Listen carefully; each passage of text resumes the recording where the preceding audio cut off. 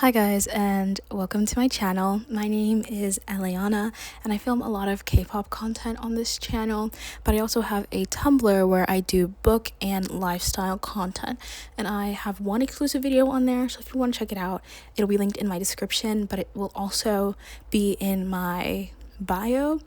And it's just a fun community. I actually haven't been too active on there as of recent, but I'm going to be active very, very soon. I want to bring that kind of content onto my YouTube channel and not just do exclusively K-pop. So this is my attempt, and this is kind of a negative start because we are going to be talking about my worst books of 2024. But just as a general preface, this is no hate to the authors. They are great people, I think. I don't know them personally, and it's no hate to them. Also, if you love these books, if these were your best books of 2024, or if you just love them in general, that's okay. They just were not the best for me. We're going to start with a quick 2024 reading wrapped. So we're just going to wrap up all of the reading that I did before we jump into my worst books. This year, I read a total of 20 books. My reading goal was 25, but I only read 20, and that's pretty good for me because I could have read a lot less. My average book length was 435 pages. My longest book was 756 pages, and my shortest book was 280 pages. My average rating was 3.4 stars, which is quite low for me because I've read 4 books this year so far in 2025, and my average rating is 4.25. I'm not a very critical reader. A lot of times, as long as I'm having fun, then I give it 4 stars. I really don't have a lot of criticism to give books, as I'm not a writer and I'm not a literary genius. So 3.4 stars is kind of low. Yeah, these are some of the books that Goodreads thought was the most notable, and it really makes me look bad because I read more than dark romance, or I don't even, Pucking Around isn't even dark romance, but I read more than dark romance and Sarah J Maas, guys. I do. But I did really, really enjoy The Maddest Obsession. It was actually really, really good. Do not buy it though. Danielle Laurie is a racist. First book of 2024 that was absolutely just not good. Okay, I read this book after The Losers Duet by Harley LaRue, and that is a substantially better book than Pucking Around. Okay, background, this is a why choose hockey romance between 3 guys and 1 girl. My first criticism: it had very cringy characters. The way that Rachel would speak was it was just odd. Same thing with her love interests, whose names I can't even remember. It was just odd. Yeah, I feel like the only one who didn't have weird speech was Mars, but he also didn't speak very much at all. So it was also 700 pages too long. This was the longest book, if you remember from the last slide. This was the longest book that I read, and I could not take it. I could not endure it. Once they started doing it, they never stopped.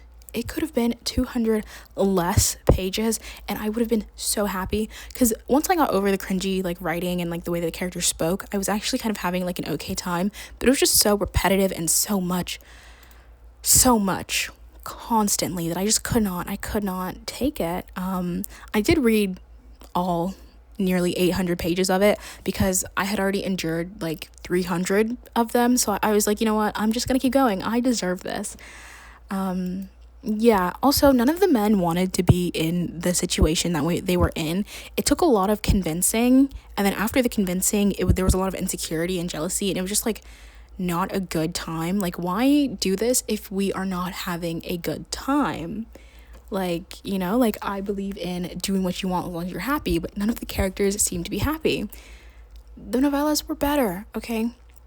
I read the 2 novellas that came after this book. I think they're 100 to 200 pages, and they're so much better. The characters are not as cringy. It's a good time. It's cozy and it's heartwarming, and it's just so nice to read about the characters without this mess that they're in this book. The novellas are really good. I don't know that you can read the novellas without reading this book. So, yeah, but I did enjoy the novellas. They were cute. Next, The Shifter series by Jasmine Maz. Oh my god! To give background on this series, this is supposed to be another Why Choose. This, again, makes me look really bad because I like Why Choose a little bit. But I'm very picky about it. And this makes me look like I only read Why Choose, but I read different genres. Okay, I swear. But this is a Why Choose, like, Omegaverse series about a girl whose name, again, I cannot remember, who thinks that she's like a beta. I'm not going to explain the Megaverse in this video. Maybe in another video, but not in this one. Okay, she's like a beta, and you know, she's supposed to be weak or whatever, but then comes to find out she's the first female alpha, and she has to train and like save people with all these male alphas who end up being her love interest. And I saw this book on TikTok. First red flag, honestly. Yeah, I saw it there and I was like, you know, maybe this could be like a fun, goofy read. And it was goofy. All right. Nothing happens in all 3 books. I did not finish Psycho Beasts because I was like, this is absolutely ridiculous. Nothing has happened in the first 2 books. I got up to 20% when it just clicked that, like, I shouldn't have to get through 2 books for something to happen in the 3rd. Like, what the world is happening? Oh, right, nothing is happening. Yeah, I don't understand how people like these books. I mean, I get it. Like, I was entertained, but, like, I really had to, like, turn off my brain and just be mind-numbed to be entertained. It was easy to get through, though. I will say, like, Jasmine Maz's writing is just very simple. Just very, very simple and easy to read. Well, I don't know if simple is the right word, but it's very easy to read. Yeah, I feel like bullet number 2 really speaks for itself. They were very, very, very, very horny, but they, like, never, like, it's supposed to be, like, spicy, but I think there's, like, 2 spice scenes in the first 2 books, and it's just, like, yeah, if that's what you guys want to do, great, but, like, don't keep talking about it, and then, like, do nothing about it, because it's getting really annoying. Like, it's really annoying me right now. Nobody likes each other. It's supposed to be, like, enemies to lovers, but it's been, like, 3 books, and you guys are still enemies, but, like, at the same time, like, they hate each other, but they've all decided that they're in love. Like, what? And a lot of the conversations just happen in their own heads, and they just never say anything, so that it's kind of just like, oh, you guys all decided this individually in your heads, and, like, you guys just all magically know. Like, I don't know how to explain it. It wasn't a good time. Like, they all hate each other, but they all, like, in their inner monologues would be like, oh my god, I love him. Like, can you make up your mind? Please, I beg. There were also a few, like, ignorant comments thrown out within this book that I feel like if you said on Twitter in 2013 and you were an influencer now, they would be dug up and you would get canceled for. That's the easiest way I can explain it. It was just why? Like, they were unnecessary. My next book is Villain Era by Luna Pierce. This is a duet to the first book, whose name I cannot remember. It's also a Why Choose. I know. It really seems like I don't like Why Choose, but I do. When it's good, I do like it. And the first book, I think I gave 4 stars. Like, I did enjoy the first book. This book just did not hit. I don't know how to explain the plot of this book. It's like this girl, and she's having a rough life. She works at this, like, dingy restaurant, and this rich guy comes in, and they do it in the bathroom, and he really likes her or whatever, and, like, then they start dating, and then she meets this other guy who's also rich, and, like, I don't know. But then she meets this guy from her past, and they used to date when they were kids, but they broke up because he just left her one day. And so, yeah, she meets all of them, and they all are roommates, and they're all rich, and they're all in the mafia. Yeah, and they all start dating. I feel like that's the easiest way I can explain this book. I don't know. There was no communication in the second book. In the first book, they have pretty good communication, but in the second book, it's just like no one wants to talk to her. She never sees them. Nobody tells her anything. It's just supposed to be inferred, I guess. I don't know. Really, I don't understand what was the point. they kept saying, like, we have to protect her. Anytime she would ask, like, where are you guys going? What are you guys doing? Like, by the way, she knew that they were in the mafia too. So it's like, what are you, like, she knows you're in the mafia.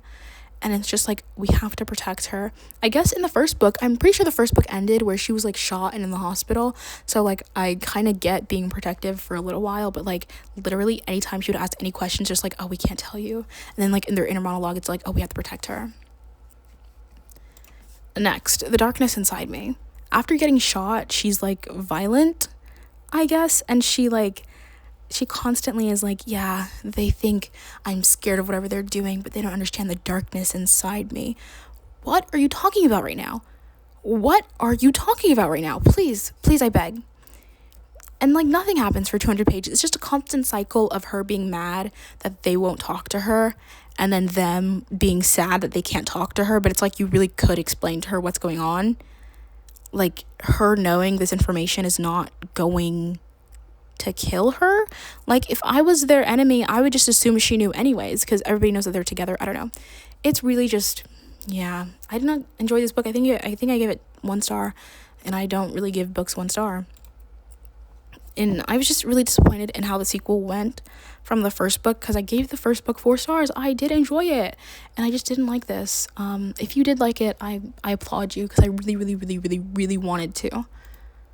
Next, we have Flawless by Elsie Silver. Okay, before doing this video, I was like, I can't stand Elsie Silver. I'm never going to read another Elsie Silver book. I can't. I read Wild Eyes, and I gave it 4.25 stars. Okay, that book is so much better than Flawless, in my opinion. I enjoyed it. I ate it up. Spoiler, I did not like the 3rd act breakup, but it was better than some of the 3rd act breakups I've seen before. And it was good. Okay, I loved Skylar. I loved Weston. I might make a whole review video on that book because I really did enjoy it. But back to Flawless. I did not like Flawless, okay? What is Flawless about, you ask? It's a cowboy romance. I can't remember if it's age gap. I don't think so. But it's a cowboy romance. I don't even remember the names of the characters. Like, my mind is blank. She works for his management company.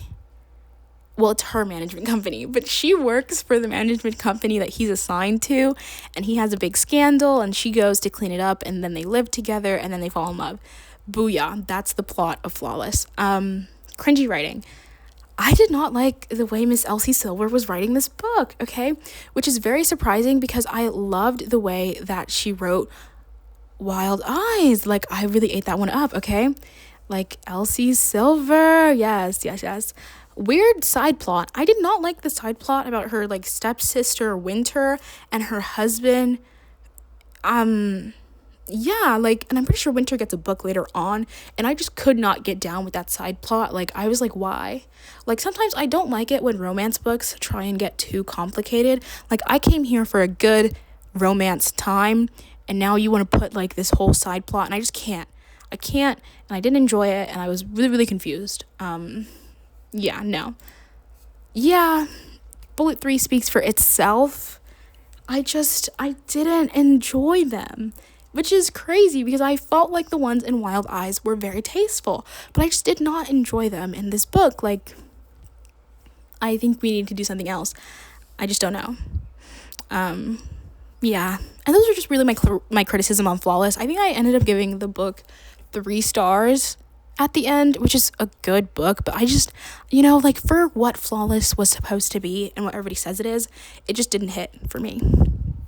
Those are all of the books that I thought were notably bad in 2024. I hope we don't have as many books in 2025, but if we do, hey, I get content out of it. I really hope you have enjoyed this video and that you have a lovely rest of your day, and I hope you end up watching more of my videos. Bye, and I'll see you in the next one.